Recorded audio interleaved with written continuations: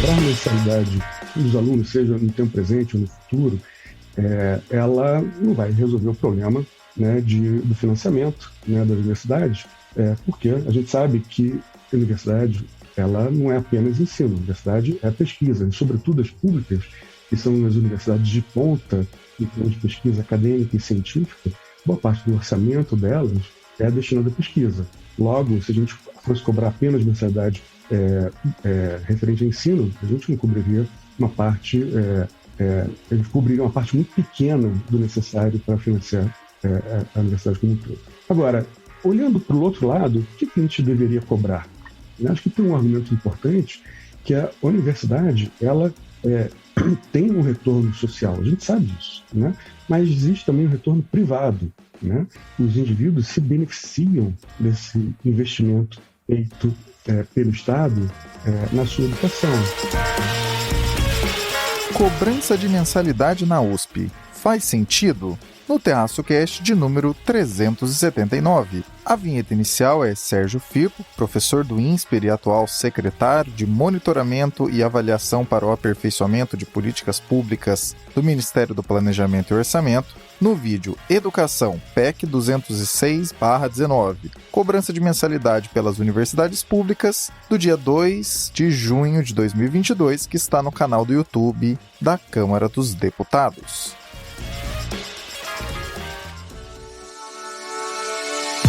Por que a gente insiste em políticas? Primeiro, errar não é problema. Você quer inovar, criar uma política pública nova, você corre o risco de errar. O problema é não reconhecer o erro e repetir os erros. I imagine people today saying, well, when are we going back to normal, like it was 5, 6, 7 years ago? The important thing to know is that wasn't normal. Right. That was the easiest, the best of time. My own belief is we're not going back there. We're now in an environment of more normal circumstances, and we're going to roughly stay this way. Brasil, mundo, economia, política e o que for relevante para você. Isso é o Terraço Cast.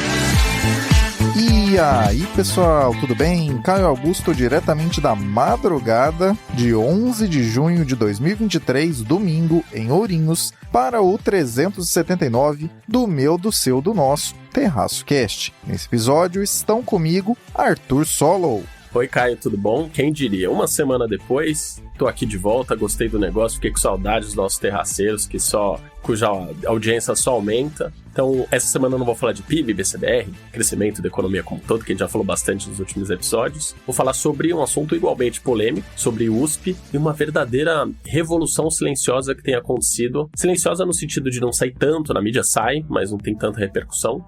Essa revolução a revolução silenciosa, é o perfil dos ingressantes, né, dos alunos que têm entrado no vestibular e começam a USP. Isso tem mudado bastante e isso impacta, de alguma forma, nas políticas públicas voltadas para aumento de receita, né, de dinheiro que entra no caixa da USP para investimentos, para pagamento de folha e coisa do tipo. Então, sem mais spoilers, vamos falar desse assunto tão legal essa semana. Falei que podia estar de novo, aqui está ele. E com um assunto bem legal, ouve aí que você vai curtir. Nossa correspondente internacional, Renata Couto. Olá, terraceiros! Oi, Caio! Oi, colegas aqui do podcast do Terraço. Espero que esteja tudo bem com vocês. A gente está gravando esse podcast no feriado de Corpus Christi, às vezes também conhecido como Porcos Tristes. Eu até queria pedir desculpa pro Caio, porque como eu tô aqui nos Estados Unidos, não tem esse feriado. Acabei me confundindo e tô gravando esse podcast para variar um pouco atrasada. E a gente vai falar essa semana, né, nesse podcast do feriado aí de Corpus Christi, sobre a relação da indústria farmacêutica com o governo dos Estados Unidos, e aí todo um debate ético, filosófico sobre a nossa saúde. Eu acho que pode ser bem interessante. Então espero que vocês gostem aí do nosso assunto do feriado essa semana. Outro assunto polêmico. E também Fernanda Mello. E aí, meus amigos terraceiros, como vocês estão? Caio, comigo tudo jóia. Um prazer estar aqui com vocês nessa semana incrível. O assunto dela é algo que vale colocar no radar caso você ainda não o tenha feito. Vamos ao 379. Arthur, o perfil médio de quem estuda na USP é hoje bem diferente do que tínhamos um tempo atrás. Por que isso acontece? E como isso teria relação com cobrar ou não mensalidade para quem estuda lá?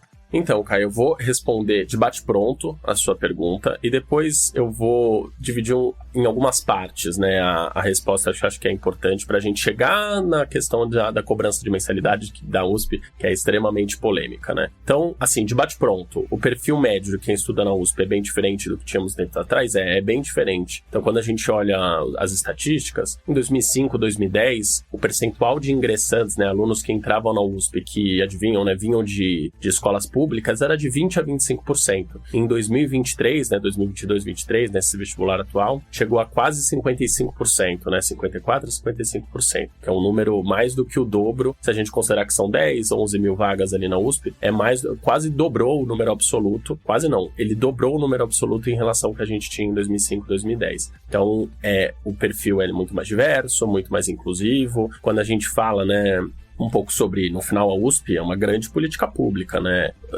Aí um ponto importante, tá, um parênteses aqui. Quando eu falo de USP, entendam como universidades públicas. Então, tudo que eu tô falando aqui vale para a Unicamp, para a Unesp, para universidades federais fora de São Paulo, estaduais fora de São Paulo. Então, eu tô usando a USP aqui só para pegar os números exatos e o que aconteceu na USP especificamente. Então, quando a gente fala de política pública, é um dinheirão que está sendo gasto aí. Tem alguns estudos que mostram que cada aluno da USP custa R$40 mil, né? Esse é um número aí de 2019, 20. Então, ele é quase 10 vezes o que custa um aluno de ensino infantil, fundamental do ensino público. Tem muito investimento usado. E quando a gente olhava no contexto ali de 2005, 2010, você está usando um dinheiro público para ser gasto em 75% de alunos que vinham de escolas privadas, que tinham uma preparação muito melhor. Então, no final, era uma política pública que reforçava a desigualdade, né? Você ia lá, investia dinheiro público e você não dava igualdade de oportunidades. Acho que isso é importante, né? Quando a gente olha, e acho que esse é um ponto importante, então, para finalizar, né? Então, a gente teve uma mudança bastante grande de perfil. E aí,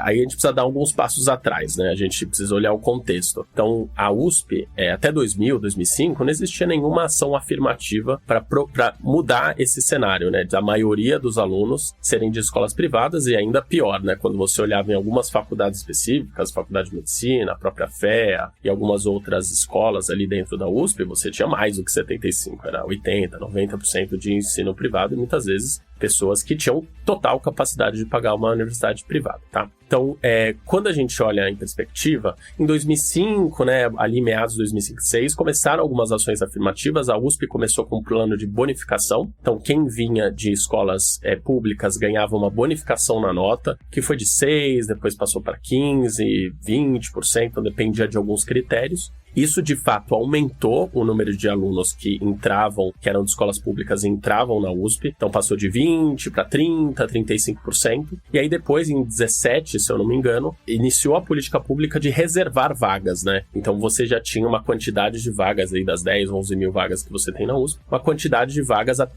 eram reservadas para alunos de escola pública e também para o PPI, né? Que são pretos, pardos e indígenas. Então, você também tinha essa reserva. Hoje, você já tem essa reserva. E aí, você começou a ter um aumento significativo a partir de 17, 18, então hoje a gente tem nesse vestibular um total de 54% aí, 53, 54% de alunos advindos do ensino público, né, do ensino médio, do ensino público. Então, você tem uma mudança aí, como eu falei, né, radical, né, uma quase silenciosa, é pequeno, né, esses pontos percentuais, se eu não me engano, 21, 20, né, era tipo 50%, 19, 18 era 45%, então tem aumentado gradativamente, tem ano que cai, tem ano que sobe, mas quando a gente olha no histórico, você tem uma mudança grande no perfil do aluno da USP. Pois bem, dado essa mudança no perfil de ingressante, que foi uma mudança nesses quase praticamente 20 anos que eu falei, né, de 2005 até 2023, 2023, mais de 20 anos de história, uma coisa que mudou pouco na USP foi a questão do problema crônico que existe de despesas e receitas. Vou começar por um que já foi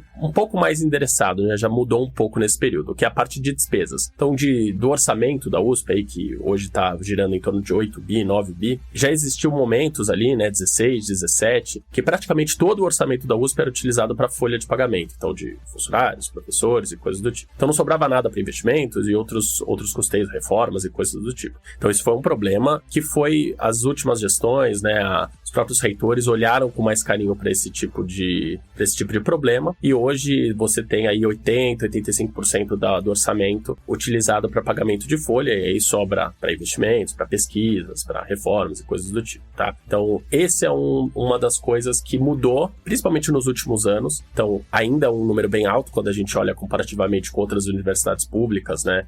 Fora do Brasil, normalmente esse número fica em 70, 65, 75, mas na USP, quando você pega a média, ele fica próximo de 90, 85, 90. Então, é um número perigoso ali, porque você... cobertura é curto, a gente aprendeu, né, no teto de gastos. Quando você paga muito salário, paga muito a previdência, né, você deixa de ter a possibilidade de ter gastos em outras áreas, e na USP acontece a mesma coisa. Essa é a parte de despesas. Quando a gente olha para receitas, esse é um problema crônico que não mudou praticamente nesses 20 anos. Então, o orçamento hoje da USP é de 8 bi, né, ou de 8 a 9 bi, e você tem que, desse valor total, praticamente 90% vem do ICMS, que é um imposto sobre circulação de mercadorias, que é o principal imposto estadual, São Paulo e outros estados também. E você tem uma parte desses impostos, se eu não me engano é 5%, vem para o custeio da USP. Isso é um problema, porque em anos ruins, como foi o caso da pandemia, que a circulação de mercadorias e serviços diminui, você tem uma redução no ICMS esperado e uma redução direta no orçamento da USP, que tem uma folha grande, que a folha não muda tanto, né? Então, acho que esse é o ponto principal. Você tem um problema de receita e você tem que ter formas de diversificar receitas e principalmente ter receitas próprias, que aí a gente entra na discussão de cobrar ou não mensalidade. Acho que é importante, quando a gente fala de cobrança de mensalidade, a gente está falando de muitas formas que você tem de aumentar a receita própria da USP. E aí, acho que a gente entra no assunto principal, né? Na segunda parte da pergunta que você me fez, Caio. Quando a gente fala como que essa mudança de perfil tem relação com a cobrança de mensalidade? Tem toda a relação. Porque se a gente olhasse no contexto de 20% de alunos de escola pública, de ingressantes da USP, como foi em 2000, 2005, você tinha muito mais força para falar, tem muita gente aqui dentro que consegue pagar com uma renda aí, estabelece um limiar, faz uma política que determinada renda familiar você pode pagar você pode fazer escalonado, como é, por exemplo, imposto de renda, você vai lá e cria ali uma forma de fazer essa cobrança. Mas quando a gente saiu de 20% para 54%, como é o atual, você perde força, né? Então você tem uma minoria agora que conseguiria pagar, supondo que a pessoa que está na escola pública já tem uma condição de renda menor, e mesmo dentro da escola privada, né, dos 45 aí que sobraram, você tem uma parte que também não tem condições, então que tinham bolsa. Eu mesmo no ensino médio e na própria universidade privada que eu fiz na GV, eu tinha bolsa, então eu não tinha capacidade de pagar toda a faculdade naquele momento, né, 100% da mensalidade. Então você tem um problema, você vai ter que avaliar quantas dessas pessoas que sobraram da minoria que conseguem pagar, e você tem uma complexidade política e de aprovação muito grande. Então você vai ter que mudar a Constituição, porque a universidade é pública e gratuita, então você vai ter que mudar ali algumas cláusulas para poder fazer essa cobrança. E no final das contas, acho que esse é o ponto, né? Você tem outras formas menos complexas e menos trabalhosas do ponto de vista de persuasão, de convencer tanta gente, que você tem num caso de mensalidade, que é isso. Como você mudou o perfil, você tem menos gente podendo pagar. De forma alguma, se você...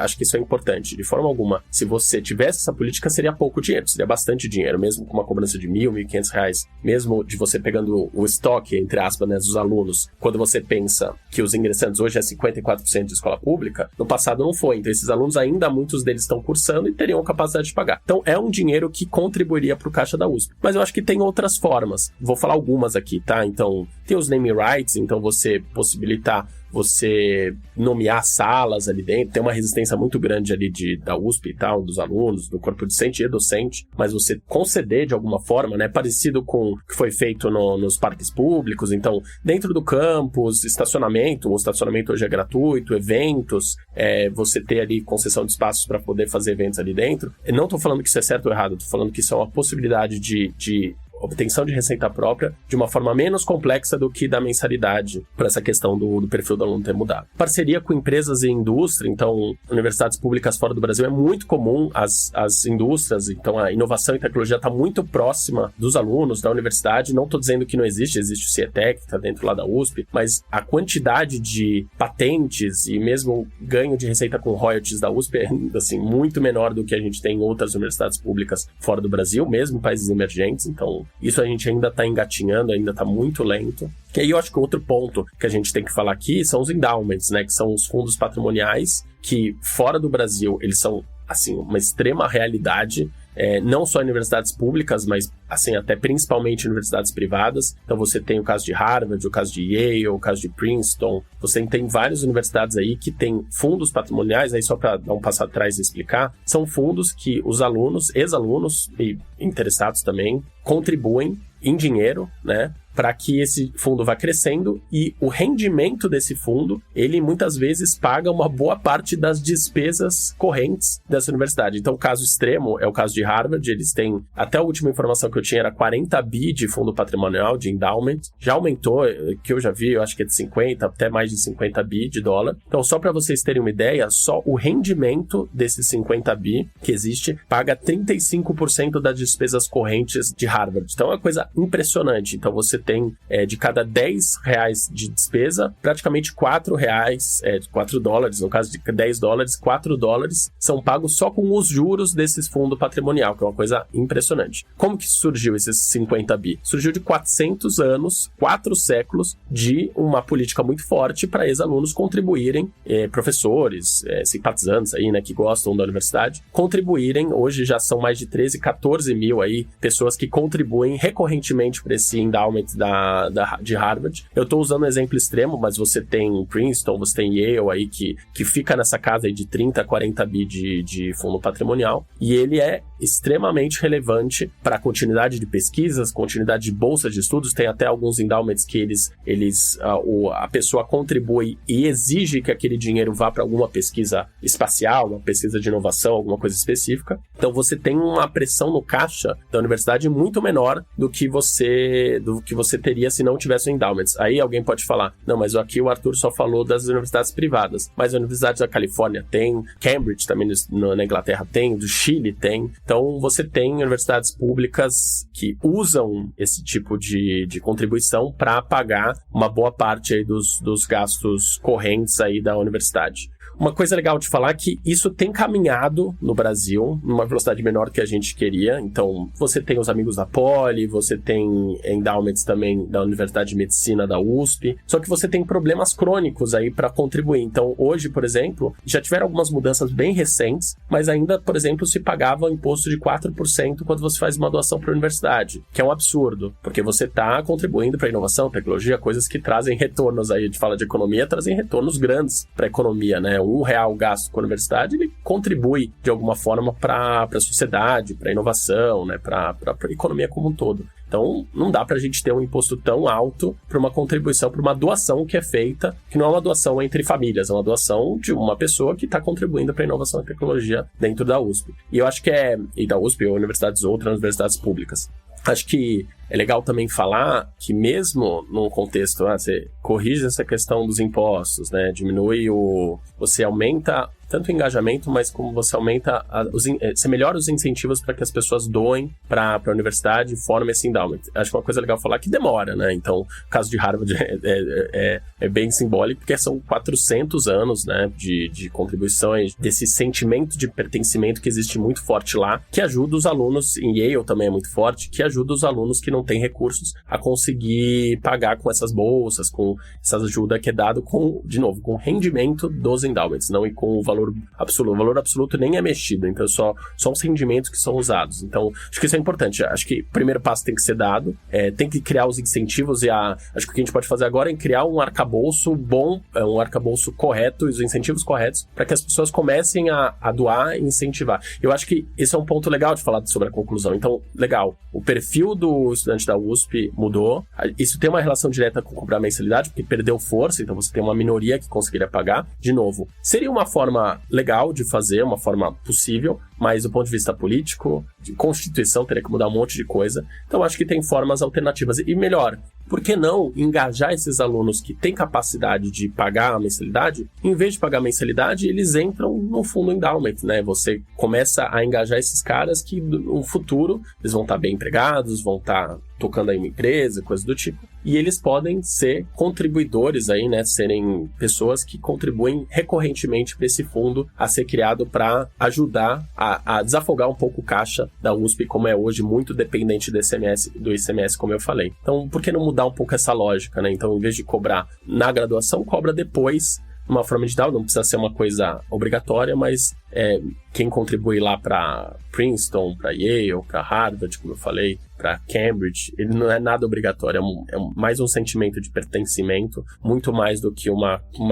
cobrança, e até isso é uma coisa que eu nem falei, né? A gente está falando da cobrança de mensalidade, mas você tem que criar todo um processo na USP de cobrar, né? De um processo de cobrança mesmo, de criar uma equipe ali para fazer essas emissões e coisas do tipo. Então a gente está falando só do ponto de vista de receita, mas você tem um ponto de vista de despesa também que aumentaria. Então acho que esse lado, acho que é repensar mesmo, acho que não tem resposta certa, eu acho que só quando a gente fala de cobrança de mensalidade em universidades públicas, acho que já teve uma força maior do ponto de vista de contexto mesmo, que você, de alguma forma, você estava piorando o conceito de igualdade de oportunidades, pelo contrário, né, você estava aumentando a discrepância, a desigualdade entre pessoas que entravam na universidade e pessoas ali que não conseguiam e acabavam sendo, ou não faziam, ou faziam universidades piores. Então, no fim das contas, por que a gente está falando praticamente 15 minutos desse assunto? Porque quando a gente fala de ter uma USP com mais receitas próprias, a gente está falando de uma USP mais forte, com mais dinheiro para investimento, com mais dinheiro para pesquisas, e isso é importante porque quando a gente olha nos rankings de vamos chamar assim de produtividade científica, então número de artigos e número de artigos publicados em revistas de referência, quando a gente olha número de artigos absoluto, a USP, assim, tá nos top 10 aí do mundo, então produz muito artigo científico. Mas quando a gente olha para onde esses artigos estão sendo publicados, a USP fica lá embaixo, e às vezes pior do que universidades de outros países emergentes. Então, a gente tem um problema, a gente precisa ter mais recursos para que a USP fique cada vez forte, que a inovação e a tecnologia que é produzida ali tenha reflexo na sociedade, e não é à toa, quando a gente olha, a gente falou de endowments, quando a gente olha essas principais universidades, Stanford, Yale, Harvard, mesmo a Universidade da Califórnia, Texas, todas essas que têm endowments altos, elas são as primeiras colocadas nesses rankings de produtividade. Por quê? Eu acho que esse é o ponto. Existe todo esse processo muito forte de engajamento, de senso de pertencimento. Então, não é à toa.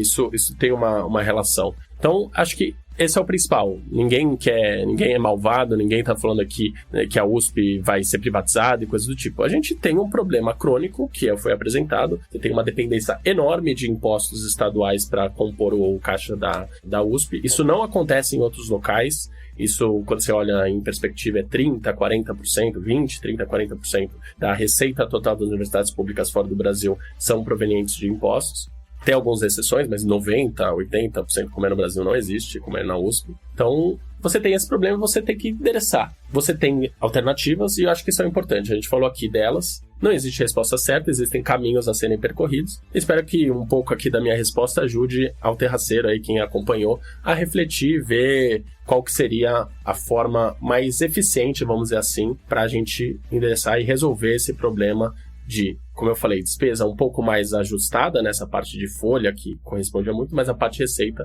é um problema que perdura, continua e não tem, apesar de, como eu falei, né, várias coisas da USP terem mudado, como é o caso do perfil, isso não mudou e isso vai cobrar seu preço, principalmente pelo fato de, como a gente mudou o perfil, hoje quase 54% dos alunos são de escola pública, você vai ter um aumento de despesa de moradia, despesa de alimentação, coisas do tipo que antes, nos 25%, quando tinha 25% de escola pública, não existia. Então você tem ali um aumento de despesa projetado com o problema que você tem uma dependência de impostos que eles variam ao longo do tempo. Então por isso que essa discussão de receita própria ela é tão importante. Espero que tenha ajudado aí quem está ouvindo até agora. A discussão sobre cobrar ou não mensalidade em universidades públicas costuma ficar em um dos dois seguintes extremos. De um lado, cobra sim porque muitas pessoas pobres estão financiando pessoas ricas e, de outro lado, não pode cobrar porque isso excluiria o acesso de pessoas mais pobres. Diferentemente dessas duas visões de bate-pronto, está a realidade dos dados. Em primeiro lugar, se for cobrar, será cobrar pelo quê, exatamente? E esses recursos iriam servir para qual finalidade? No fim das contas, essa é mais uma daquelas questões e discussões que trazem uma sequência grande de perguntas que precisam ser muito bem respondidas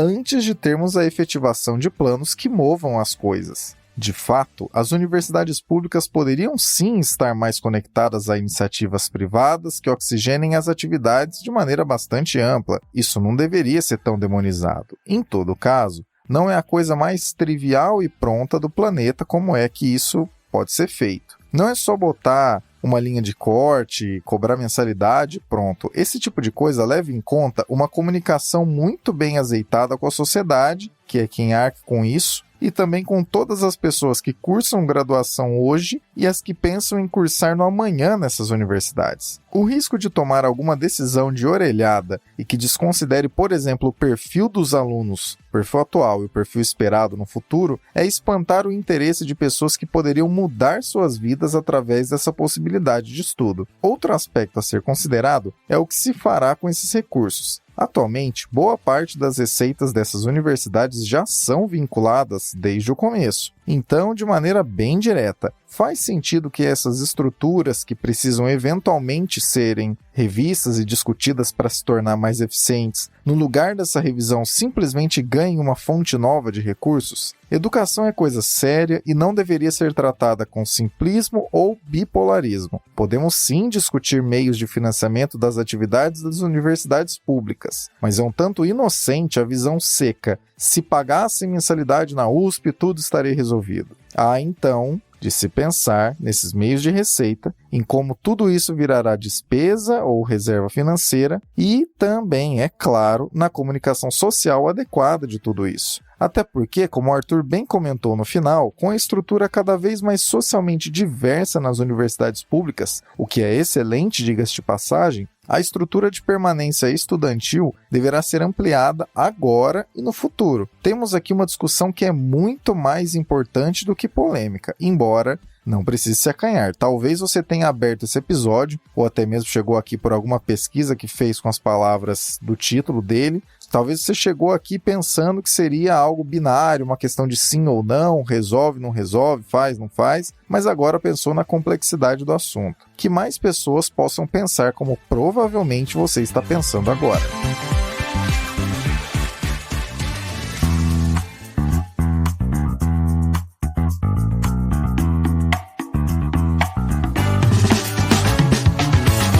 Sabe onde você encontra todas as contas oficiais do Terraço Econômico? Na nossa Linktree. YouTube, LinkedIn, Facebook, Telegram, Instagram, Twitter, WhatsApp e TikTok estão disponíveis lá. Ah, e se você não é fã de redes sociais, mas quer mesmo assim ficar por dentro das nossas novidades, coloque seu e-mail no nosso mailing. O link está lá também. Além disso, você também encontra oportunidades de nossos parceiros. O curso Python para o Condado, no qual você aprende programação, e o link para abrir sua conta na Nomad. Abra com o cupom TERRACO20, tudo em maiúsculo, para ganhar até $20 na sua primeira remessa de câmbio. E para finalizar, lá você também acessa nossos e-books. 10 motivos para aprender mais sobre economia hoje e Projeto Nobel, com artigos sobre todos os anos do Nobel de Economia entre 1969 e 2022. Ambos de graça, baixe agora mesmo. Não deixe também de seguir as pessoas que participam dos episódios do Terraço Cast e se dedicam semanalmente a trazer as análises que você ouve aqui conosco.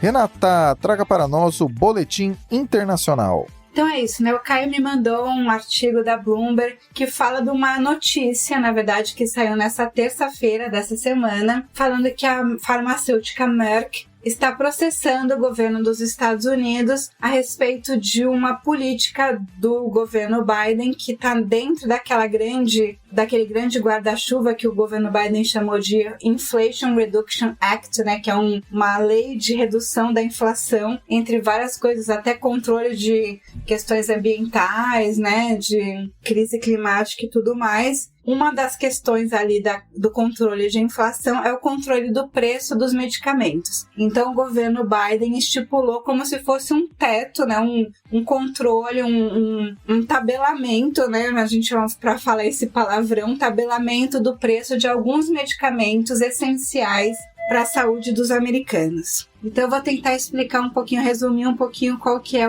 esse imbróglio. Então o que a Merck está alegando? Ela está pegando 2 artigos, né, 2 emendas da Constituição. A primeira emenda que fala de tipo liberdade de expressão, que é a coisa mais básica, né? Isso está sendo discutida no mundo todo, inclusive no Brasil, essa questão, né, da lei das fake news, o que é liberdade de expressão. E a Merck está dizendo que a liberdade de expressão dela está sendo tolhida porque ela não está conseguindo expressar a sua negociação com o governo americano. O governo americano está dizendo de cima para baixo, olha, o máximo que eu vou pagar pelos seus remédios é isso, e não quero saber da sua opinião. Então ela está alegando a primeira emenda, tipo, que a liberdade de expressão da empresa está sendo tolhida. E em segunda questão, ele também está alegando a 5ª emenda, que está falando assim de uma recompensa justa. Então toda vez que tipo o governo vai, né, desalojar, então por exemplo, ela vai construir uma ferrovia, vai construir algum aeroporto, alguma coisa, ele vai, né, confiscar aqueles bens das pessoas, e você, pela Constituição, você tem que dar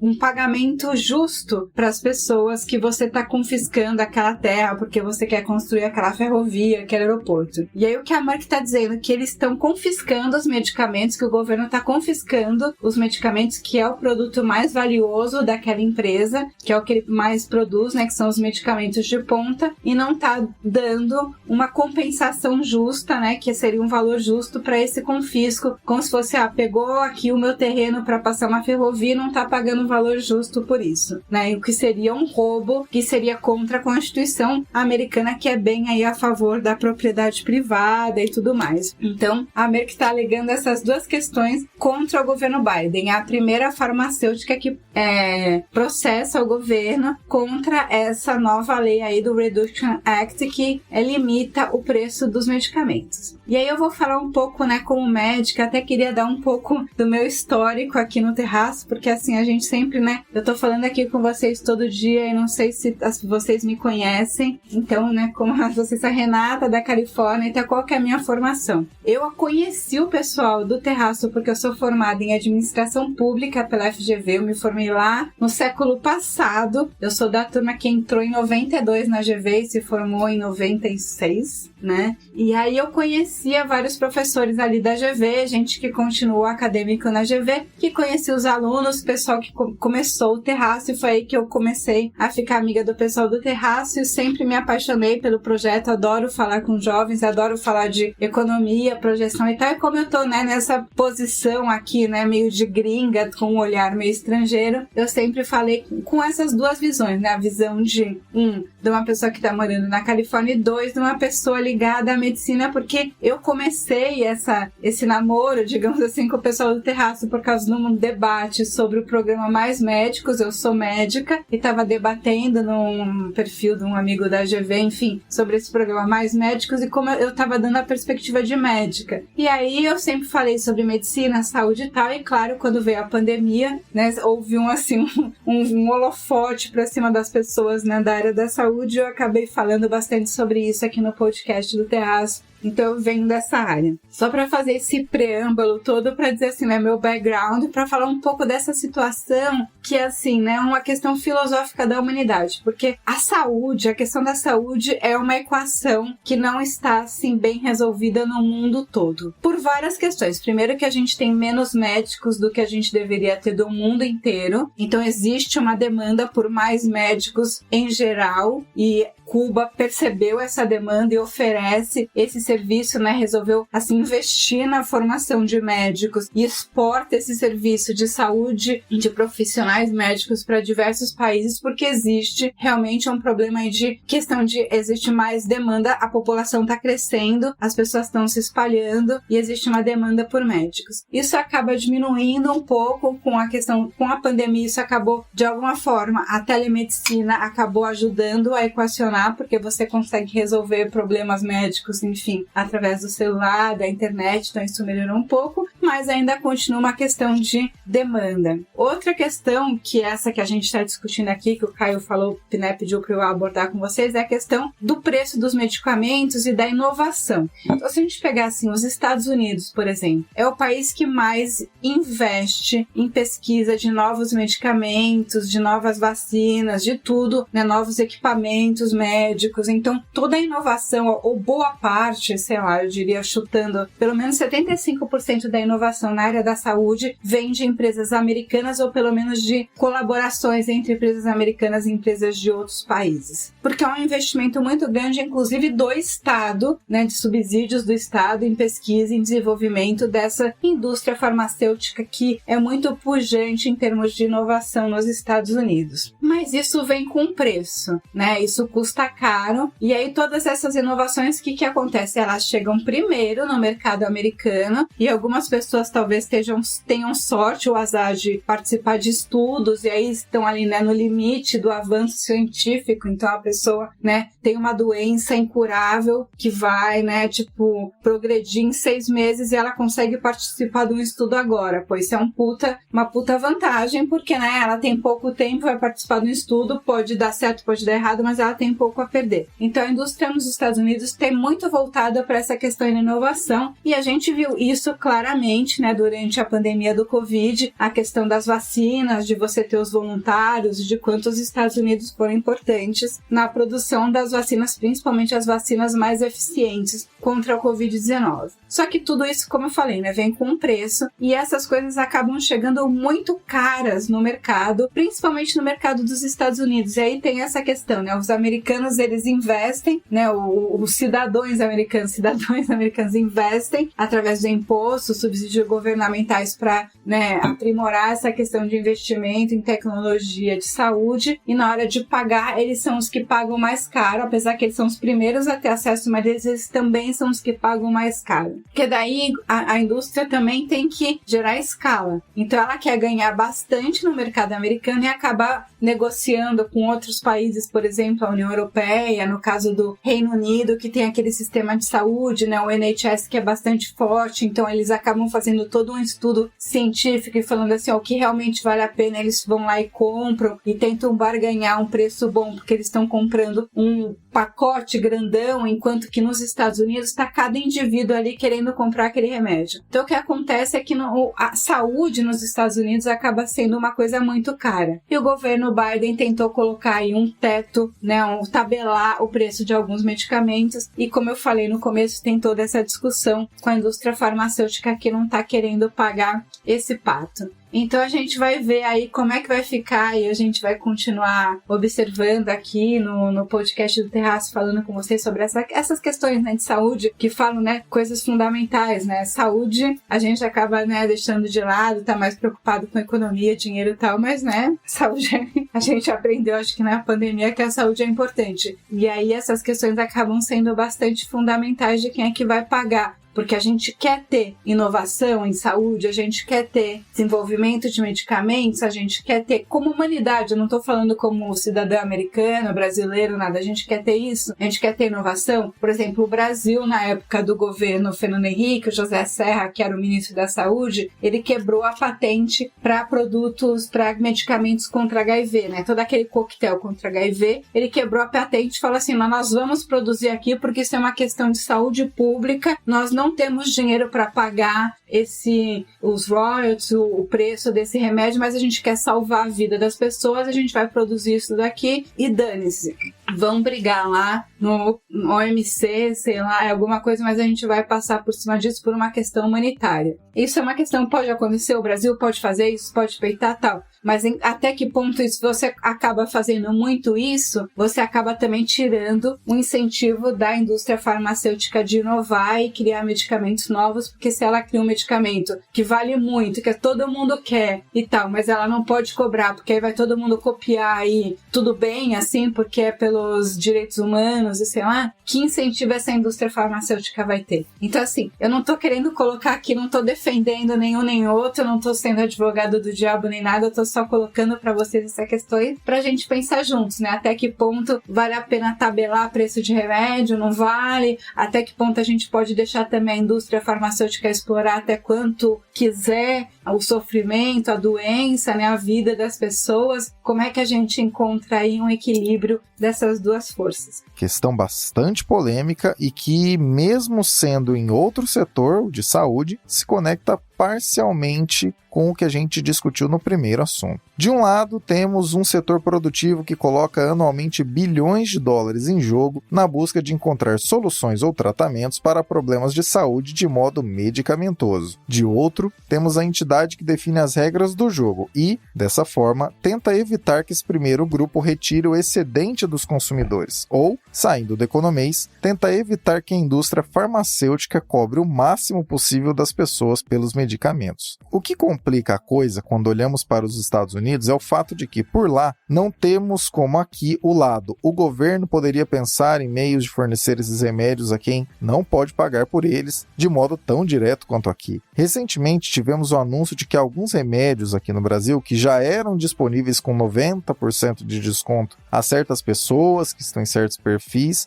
e estejam cadastradas sinalizando isso ao governo, agora serão totalmente gratuitos pela farmácia popular. O contexto recente é que, durante o governo Biden, houve uma mudança. Foi colocada uma espécie de limite para o preço dos medicamentos e, em sendo um governo um forte player de demanda nesse mercado, ele acaba tendo influência sobre os preços finais em função disso. O setor de saúde envolve uma imensidão de meandros que tornam qualquer tipo de regulação bastante complexa. Não existe um modelo ideal, se é tudo privado, tudo público, misturado, enfim. E discussões bastante amplas acontecem no mundo enquanto se tenta encontrar esse modelo. Essa recente briga de uma grande representante da indústria farmacêutica com o governo dos Estados Unidos abre um novo campo nessa discussão. Seria socialmente justo ou apenas um entrave à inovação esse tipo de medida que foi colocado aí de limitar o preço de alguns medicamentos e tudo mais? Manteremos as antenas ligadas para te trazer o que vier de relevante a respeito de novidades vindas dessa questão. Mas tenha em mente, as decisões tomadas nessa disputa judicial que acabou de começar contribuirão para um enorme campo de incentivos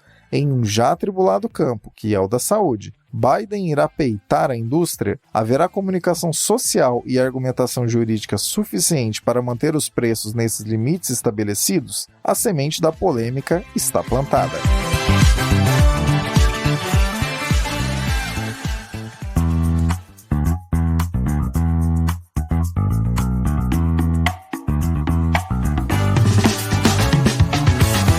Já pensou em ter um conteúdo do Terraço Econômico associado à sua marca e sendo apresentado a centenas de milhares de pessoas que nos acompanham todos os anos?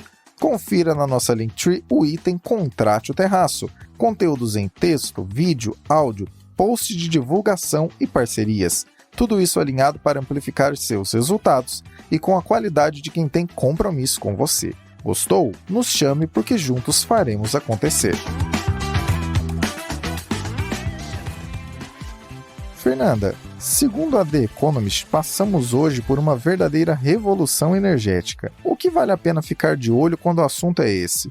Não tenha dúvida que a energia limpa ou que a descarbonização é um assunto que vai ser cada vez mais pauta das mesas redondas, dos debates geopolíticos. Pra vocês terem uma ideia, essa semana está acontecendo um evento na Noruega, os Estados Unidos mandou um enviado especial para falar sobre clima e ele comparou a necessidade de esforços na descarbonização da economia aos esforços de mandar os soldados para combater o nazismo, né? Então, existe uma necessidade de chamar claramente a atenção para esse assunto. Eu me recordo daquela época que o governo chinês anunciou que ia fazer a mudança do dia para a noite da sua matriz energética para fontes de energia limpa, só que assim, a gente não tem disponibilidade de energia limpa para a quantidade de demanda que o mundo tem hoje. A remoção de combustíveis fósseis na geração de eletricidade é um passo muito necessário. Só que um detalhe, para isso acontecer, as energias alternativas precisam dar conta da demanda. E não só isso, outras medidas também são muito necessárias para estabilizar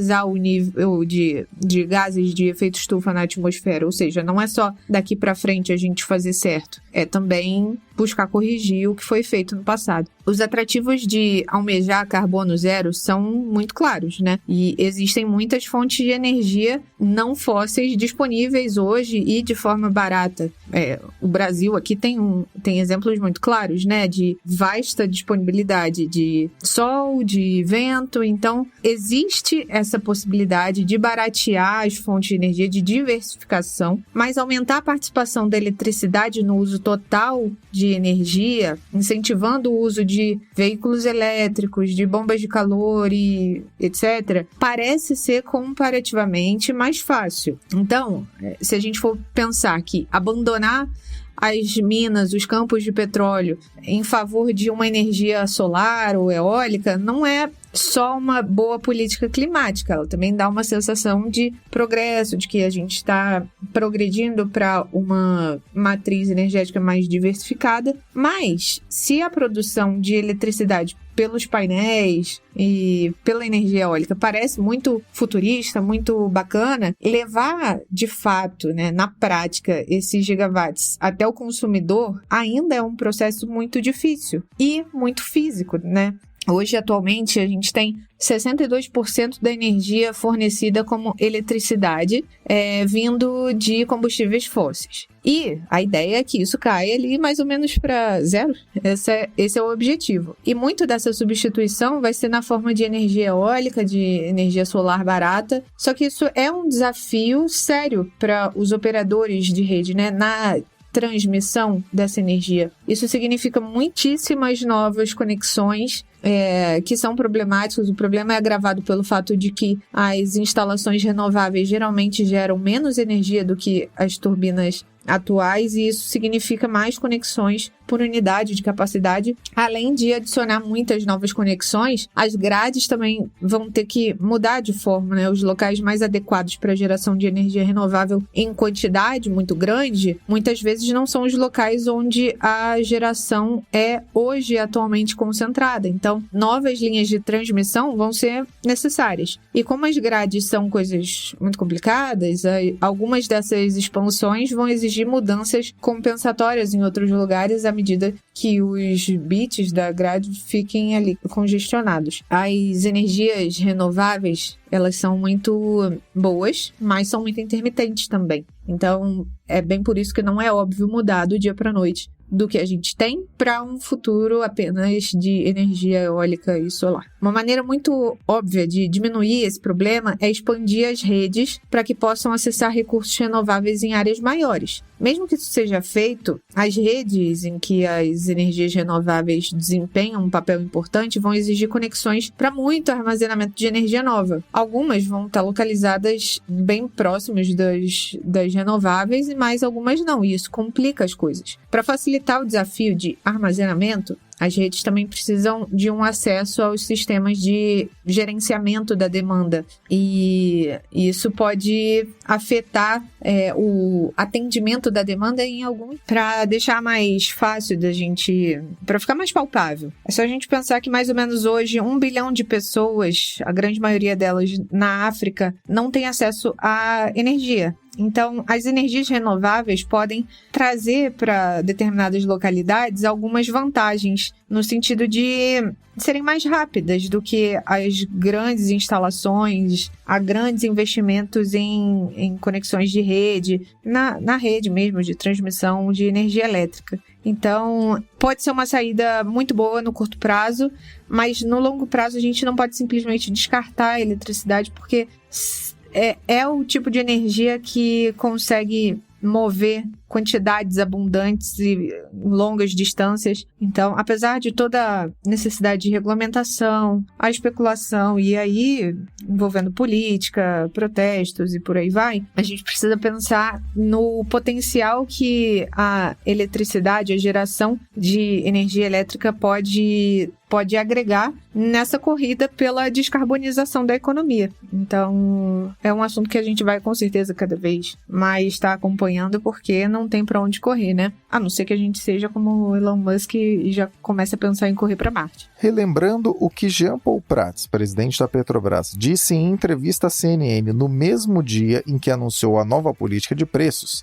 Um aspecto que não pode ser perdido de vista durante a transição energética que vivemos hoje é que ela será tocada com os recursos da matriz energética atual. Empresa de petróleo pode mudar todos os próprios rumos no futuro e transacionar outros itens, focar em outras formas de gerar energia? Sim, e diversas estão de olho exatamente nisso agora. Mas sabe como que elas estão fazendo isso? Com o dinheiro da exploração do próprio petróleo. O grande desafio existente agora está em 2 aspectos. Em primeiro lugar, a redução de custos na transmissão de energia e, é claro, em segundo lugar, a descarbonização dessas fontes. Sabe por qual motivo isso pode ser de fato chamado de revolução em curso? Porque envolve uma troca intertemporal e intergeracional, provavelmente não seria um termo inadequado de ser utilizado agora, uma troca intertemporal e intergeracional de como o mundo segue adiante em todas as suas atividades. É muito importante pontuar essa questão, que é intergeracional, porque a expansão de redes mais limpas demanda investimentos que, a curto prazo, podem compensar menos do que se imagina. Pense, por exemplo, no seguinte exemplo, bastante recente inclusive. Quando Biden ganhou a eleição nos Estados Unidos em 2020, ele colocou em um dos itens do seu programa de governo a instalação de 500 mil pontos de recarga para veículos elétricos. Pessoal, estamos falando da maior economia do planeta e não se tem sequer proximidade atualmente dessa meta a ser alcançada. Estamos no meio de 2023, eleição aí no ano que vem, enfim. Já pensou no tamanho do desafio que envolve esse tipo de coisa a nível global?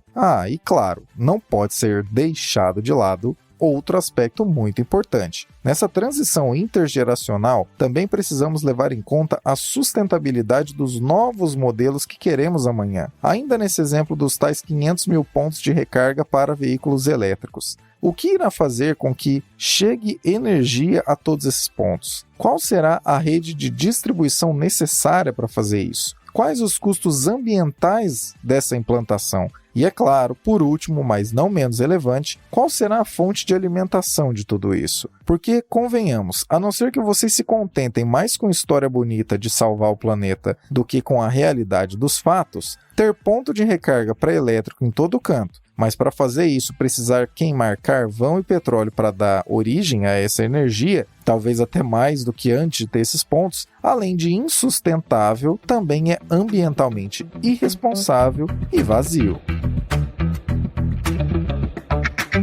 Abraços para quem enviou o emoji solicitado no episódio 378, José de Souza e Cauã Ribeiro. E um super salve para Josiane Francisco, que por um delay desde que aqui ancora, em responder às felicitações recebidas pelo aniversário, deixou de notar alguns emojis semanais enviados. Muito obrigado, Josiane. Você está sempre aqui com a gente. Forte abraço, meu e de toda a equipe do Terraço Cast. Se você ouviu até aqui, envia em qualquer uma das minhas redes sociais, em todas elas estou como Caio AUGSTOR, um emoji de estudante com chapéu de formatura. Quer seu salve aqui? Segue a regra, é simples assim. Um pequeno adendo antes de nos despedirmos da equipe. O título do episódio anterior acabou levando crase pela inspiração no tão presente A Moda dos menus brasileiros. Após checagem pasqualística da Renata, o VAR apitou. Não tinha crase ali. Como não temos compromisso com o erro e nem íamos fingir loucura, tá aqui feita a correção. Agora sim, nos despedindo dessas mentes que trouxeram as análises do episódio 379. Muito obrigado, Arthur. Então é isso, Caio. Primeiro, obrigado pelo convite, por esse espaço da gente poder falar desse assunto que não surgiu essa semana, a pauta, né? Surgiu já nos últimos meses, a gente já tem percebido esses números mais positivos do ponto de vista de inclusão, diversidade da USP, né? E de outras universidades públicas. Então espero que esse assunto tenha contribuído para quem tá nos ouvindo aí. Quem sabe aí nas próximos episódios estou de volta. Um abração. Assunto relevante pra caramba que certamente contribuiu para o debate amplo e necessário sobre o financiamento das universidades públicas. Que você não fique longe aqui do Terraço Cast, porque o pessoal gosta muito das suas análises. Muito obrigado, Renata. Beijo e até semana que vem. Muito obrigado também, Fernanda. Obrigada, pessoal que ouviu até aqui. Vocês sabem que a gente tem a nossa tradição de conversar lá pelo Instagram após o episódio. Então pode me mandar lá um emojizinho de lâmpada no meu Instagram, @sigafefa, e aí a gente comenta sobre esse episódio dessa semana. Por conta do feriado, estou aqui gravando este episódio exatamente no dia que saiu o último, então não posso ainda mandar o meu grande abraço a todos que ouviram o episódio anterior, então para a semana que vem está acumulado, prometo. Valeu, galera, espero vocês lá no @sigafefa com um emojizinho de lâmpada. Vocês que sempre nos ouvem, não se preocupem, a Fer está anotando todos os emojis e no próximo volta com todos os salves. Importante sempre relembrar, estamos abertos para feedbacks de qualquer natureza, tanto nas redes do Terraço Econômico, quanto nas das pessoas que deste podcast participam. Fica a dica. Gostou do que ouviu? Manda para alguém e vamos aumentar a base de pessoas que ouvem este glorioso podcast. Afinal de contas, é para você que nos ouve que produzimos tudo isso. Abraço pelas ondas sonoras, até o próximo episódio.